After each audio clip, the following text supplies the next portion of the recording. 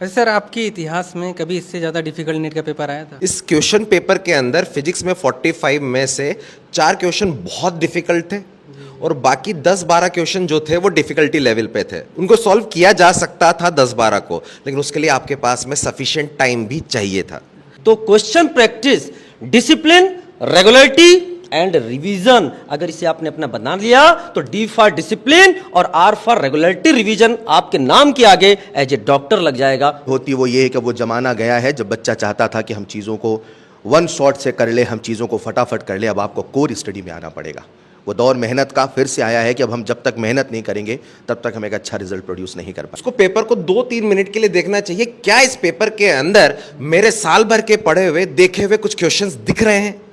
अगर बहुत सारे क्वेश्चंस ऐसे दिख रहे हैं, इसका मतलब पेपर इजी है। आपको अब मैक्सिमम क्वेश्चन को टच करने की जरूरत है। आपको पता है नीट 2025 का पेपर बहुत डिफिकल्ट आया था। जितना हम एक्सपेक्ट कर रहे थे उससे भी ज़्यादा डिफिकल्ट आया था।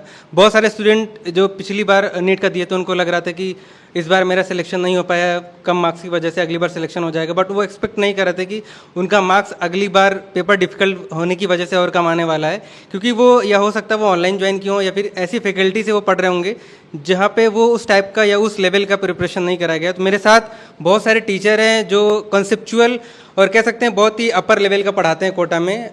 एसटी सर को आप जानते होंगे, एसिड सर है, डीएसएस सर और टीएनएम सर। सबसे पहले मैं आपसे जानना चाहूँगा कि क्या एक्सपेक्टेड था इस टाइप का पेपर आने वाला है, या स्टूडेंट को किस टाइप से अपनी प्रिपरेशन कराई थी? एक्सपेक्टेशन तो हम कभी नहीं रख सकते कि पेपर किस टाइप का आएगा। मैं शॉर्ट ऐसे नहीं बोल सकता कि पेपर ऐसा आएगा। लेकिन स्टूडेंट्स के साथ में एक इशू ये आया है कि वो ये बहुत सारे टीचर बोले भी थे कि ऐसा आएगा पेपर। देखिए, सबकी अलग अलग चॉइस होती है। अपना सब हर एक फ्रीडम भी है सबको कि आप अपना मन में जो भी बात है वो बता सकते हैं। हर एक की अपनी पर्सनल चॉइस है ये। लेकिन स्टूडेंट्स के साथ में इशू ये आया है इस पेपर के अंदर कि वो पिछले 8-10 साल की जो हिस्ट्री रही है उसको लेके पेपर को अटेम्प्ट किया है। इस कारण उनको इशू हो गया है। उनके दिमाग में एक बैठा हुआ था एक चीज़ कि यार आपको सारे क्वेश्चन ही अटेम्प्ट करने हैं। अगर आप सारे क्वेश्चन अटेम्प्ट करोगे तो ही आप सेलेक्ट हो पाओगे। कहीं ना कहीं उनको ये एक्सपेक्टेड था कि मैं 650 से तो ऊपर आना चाहिए। क्योंकि बच्चे की गलती नहीं है उसमें, क्योंकि बच्चा जो है वो पिछले कुछ सालों के एक्सपीरियंस से ही ये चीज़ कर रहा है। तो उसको लगा कि ये वाला पेपर भी शायद ऐसा ही आएगा, इसलिए उसने सारे क्वेश्चन को टच करने की कोशिश की और इस कारण उसका टाइम बहुत ज़्यादा कंज्यूम हो गया। अच्छा सर, आपके इतिहास में कभी इससे ज़्यादा डिफिकल्ट नीट का पेपर आया था? डिफ़िकल्टी लेवल तो हम इसको नहीं बोल सकते कि सारे क्वेश्चन ही बहुत डिफ़िकल्ट थे, लेकिन केमिस्ट्री और बायो के कारण फिजिक्स को जो टाइम मिला है, अगर वो 1.5 घंटा मिलता, जो कि हर पेपर में नहीं मिलता है। नॉर्मली स्टूडेंट्स को जो पेपर मिलता है, टाइम मिलता है फिजिक्स के लिए, वो 1 आवर एंड 15 मिनट्स मिलता है। उसमें वो एक एवरेज पेपर कर लेता है। इस क्वेश्चन पेपर के अंदर फिजिक्स में 45 में से 4 क्वेश्चन बहुत डिफिकल्ट थे और बाकी 10-12 क्वेश्चन जो थे वो डिफिकल्टी लेवल पे थे। उनको सॉल्व किया जा सकता था 10-12 को, लेकिन उसके लिए आपके पास में सफिशिएंट टाइम भी चाहिए था। अगर आपके पास 2 घंटे होते तो शायद उन क्वेश्चन में से कुछ क्वेश्चन फिजिक्स के लिए 2 घंटे, फिजिक्स के लिए 2 घंटे होते तो आप उनमें से वो 4 क्वेश्चंस के अलावा बाकी सारे क्वेश्चंस कर सकते थे। लेकिन केमिस्ट्री और बायो ने भी अच्छा खासा टाइम लिया था, तो स्टूडेंट्स के पास में 1 घंटे से भी कम टाइम बचा। अब वो स्टूडेंट्स इसमें अच्छा कर पाए जिन्होंने पेपर का लेवल समझ लिया बीच में ही और शांत स्वभाव से उसने 45 में से अपने लेवल के 15, 20, 25, 30 क्वेश्चन चुने और उनको सॉल्व कर लिया। उसका स्कोर बाकी के कंपैरिजन में काफ़ी अच्छा रहा। सर केमिस्ट्री का पेपर देखा था आपने, कैसा था डिफिकल्टी लेवल पेपर का? तो केमिस्ट्री के पेपर की बात करें तो ऑर्गेनिक केमिस्ट्री देख के अच्छा लगा, लेकिन एनटीए ने एक न्याय किया बच्चों के साथ। उसने बोला था कि हम एनसीईआरटी के बाहर नहीं जाएंगे, वो एनसीईआरटी के बाहर नहीं गया। कुल मिलाकर सबसे इम्पॉर्टेंट चीज़ है कि जिस तरह से क्लास में एनसीईआरटी के कंसेप्ट को बताकर उसके एप्लीकेशंस को बताया गया क्लास में, वो चीज़ें एग्ज़ाम्स में कवर हुई। और ऑर्गेनिक केमिस्ट्री मुझे लगता है कि 17 क्वेश्चंस पूछे गए थे। सर आपकी पढ़ाई हुई कितने क्वेश्चन आए थे उसमें?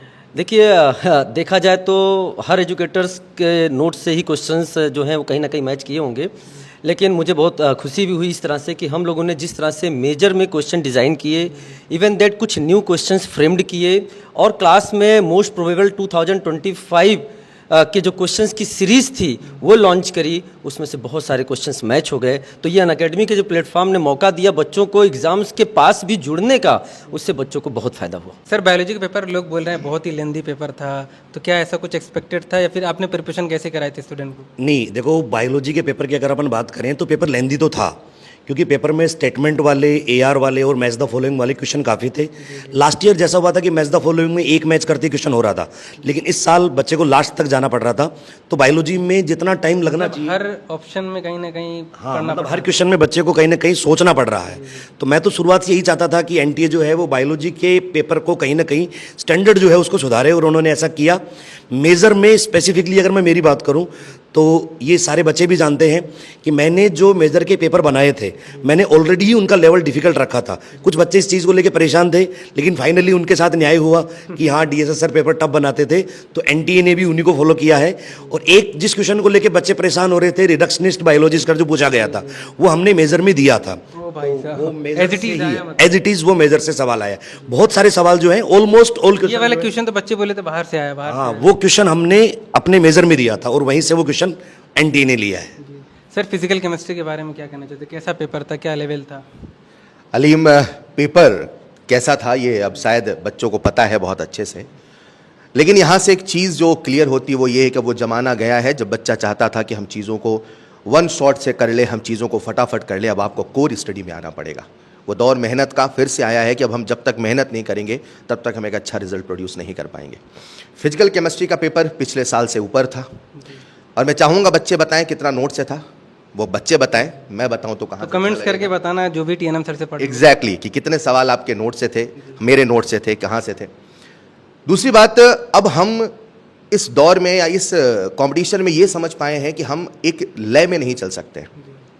अगर हम ये माइंड मेकअप करके बैठे कि 600 नंबर आने चाहिए, ये गलत होगा। मतलब मार्क्स पे डिपेंडेंसी तो रखना एग्जैक्टली अगर आज भी बच्चा ये समझ जाता पेपर देखते ही कि यार पेपर तो कठिन है, अब पूरी इंडिया का कट ऑफ कम होने वाला है, तो शायद वो बैलेंस गेम खेल पाता। लेकिन उस समय वो ये नहीं समझ पाया, वो नहीं समझ पाया। एक ही दिमाग में था कि 650 से ऊपर तो लाना। एग्जैक्टली अलीम, वो ये सोच के बैठा था कि जैसा हो रहा था वही हो रहा है। वो समझ गया कि धरती चपटी मानी जाती थी, आज गोल हो रही है। वही समझ ही नहीं पाया, वो समझ ही नहीं पाया कि जैसे उसने दुनिया देखी उससे अलग हो रहा है। उसी चक्कर में सर मतलब बायो करने में उन्होंने ज़्यादा टाइम लगा दिया, केमिस्ट्री को टाइम नहीं दे पाए, फिजिक्स को टाइम नहीं दे पाए। ऑफ कोर्स उस पैनिक से बच्चा बैलेंस अपना बिगाड़ दिया, जो उसका टाइम का बैलेंस होता है वो नहीं कर पाया, और फिर कहीं ना कहीं जो बच्चे इसको समझ पाए उन्होंने अच्छा भी किया है। सो ओवरऑल पेपर एक बेहतरीन पेपर था, एंड आई एक्सपेक्ट कि ऐसा ही पेपर होना चाहिए और ये लेवल सेट होना चाहिए ताकि अच्छे मेहनत करने वाले बच्चों को मौका मिले और वो आगे बढ़े। तो गाइस सर जूलॉजी पढ़ाते हैं, सर आपने जूलॉजी का पेपर देखा था, आप जो पढ़ाए थे क्या वहीं से आया था? बिल्कुल, आपको शायद याद होगा हमने एक पावर प्ले सीरीज़ स्टार्ट करी थी कुछ दिन पहले। पेपर से सिर्फ एक हफ्ते पहले हमने पावर प्ले स्टार्ट किया था, और अगर आप उस सीरीज़ के क्वेश्चंस को मैच करके देखेंगे तो सीधे सीधे कुछ क्वेश्चंस तो ऐसे थे बिना स्टेटमेंट चेंज किए, same as it is question NEET exam में भी पूछा गया। तो गाइस ये है पावर, जो कोटा में ऑफलाइन टीचर पढ़ाते हैं, ये एज इट इज़ क्वेश्चन बता रहे हैं सर लोग। बिल्कुल, और बायो का पेपर एक अगर देखा जाए जो धारणा बनी हुई है, बच्चे शुरुआत में बायो अटेम्प्ट करते हैं और उनकी कोशिश होती है कि पहले 30 मिनट में बायो जल्दी से जल्दी सॉल्व कर लिया जाए ताकि जो एडिशनल टाइम बचता है वो फिजिक्स में दिया जाए। लेकिन इस बार पेपर कुछ इस तरीके से था, पेपर लेंदी ज़्यादा था, जिसकी वजह से बच्चों को बायो ही सॉल्व करने में करीब 1 घंटे का समय लग गया था, जिसकी वजह से वो फिजिक्स और केमिस्ट्री में उतना समय ना दे पाए।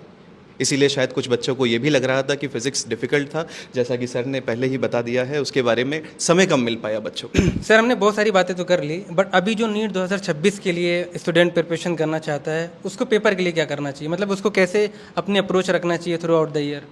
सबसे पहले तो मैं ये बताना चाहूँगा, पेपर का कोई भरोसा नहीं है। पेपर जैसे इस साल थोड़ा लेंदी आया है या फिर टफ साइड में आया है, अगले साल हो सकता है कि फिर से पेपर एनटीए वही पुराने ढर्रे पे चला जाए। हो सकता है इस बार फिजिक्स टफ आया है, केमिस्ट्री टफ हो जाए अगले साल, हो सकता है बायो टफ हो जाए, तो लेंथीनेस और बढ़ सकती है और कम हो सकती है। तो ये सारी चीज़ें हैं, तो इसके लिए बच्चे को सबसे पहले पेपर सॉल्व करना स्टार्ट करने से जस्ट पहले पेपर को एक बार देखना पड़ना आना चाहिए। उसको पेपर को 2-3 मिनट के लिए देखना चाहिए, क्या इस पेपर के अंदर मेरे साल भर के पढ़े हुए देखे हुए कुछ क्वेश्चंस दिख रहे हैं। अगर बहुत सारे क्वेश्चंस ऐसे दिख रहे हैं, इसका मतलब पेपर इजी है। आपको अब मैक्सिमम क्वेश्चन को टच करने की जरूरत है। और अगर मैक्सिमम क्वेश्चंस आपको देखे हुए नहीं लग रहे हैं, कुछ नया लग रहा है, या फिर कई क्वेश्चंस के अंदर स्टेटमेंट वाइज बहुत बड़े बड़े हैं, तो आपको समझ जाना चाहिए ये पेपर लेंदी होने वाला है, थोड़ा रुकना चाहिए थोड़ी देर। तो एक तो बच्चा एकदम से कांप जाएगा, तो उसको थोड़ी देर बैठना चाहिए, पानी पीना चाहिए, फिर उसके बाद में डिसीजन लेना चाहिए। यार ऐसा पेपर अगर थोड़ा सा लेंदी लग रहा है तो शायद ये सारा क्वेश्चंस हमारे लिए नहीं बने हैं, हमें इनमें से अभी स्टार्टिंग में फर्स्ट लेवल के अंदर इन क्वेश्चंस को पहले पिक करना पड़ेगा, कौन सा हमारे लायक है। एक कम टाइम के अंदर आपको एक पेपर का एक राउंड कंप्लीट करना पड़ेगा, तब आपको अच्छे से समझ में आने लगेगा कि पेपर का लेवल और किस लेवल पर जा रहा है। सर, जो स्टूडेंट नीट 2026 के लिए प्रिपरेशन करना चाहता है और एक अच्छी फैकल्टी का टीम से पढ़ना चाहता है, तो आप लोग उनके लिए क्या बेस्ट ला रहे हो सर? वैसे तो हमारे बहुत सारे बैच जो हैं वो लॉन्च होने वाले हैं, लेकिन उन लॉन्च बैचेस के साथ में हम एक नया कंसेप्ट लाने वाले हैं जिसका नाम है नीट श्योर सक्सेस प्रोग्राम।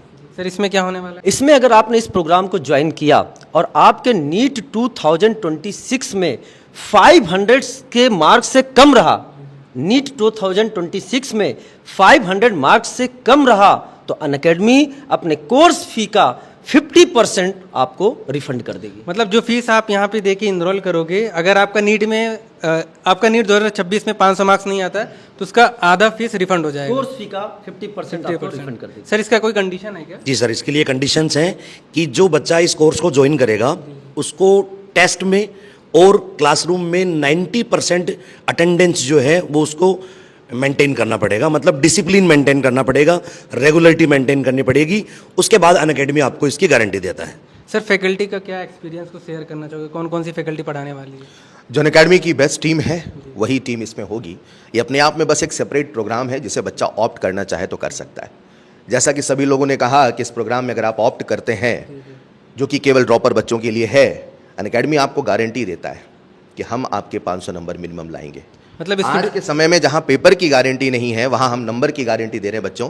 इससे बड़ी बात क्या चाहिए? अनअकैडमी वचनबद्ध है, अनअकैडमी अपने आप पे, अपनी टीम पे इतना विश्वास रखता है कि हम आपको 500 नंबर ला के देंगे। And this is the programme needs your success programme. Sir, इस कोर्स को कौन सा स्टूडेंट इनरोल कर सकता है? अलीम, इसमें हर वो बच्चा ज्वाइन हो सकता है जो नीट 2026 के लिए तैयारी कर रहा है, वो बच्चा इसमें एनरोल हो सकता है। बेहतरीन है प्यारे बच्चों, आप पढ़ाई के साथ साथ इस चीज़ की गारंटी भी आपका अनअकैडमी दे रहा है कि अगर किसी कारणवश नंबर नहीं आए तो आपकी फ़ीस भी 50% रिफंड हो रही है।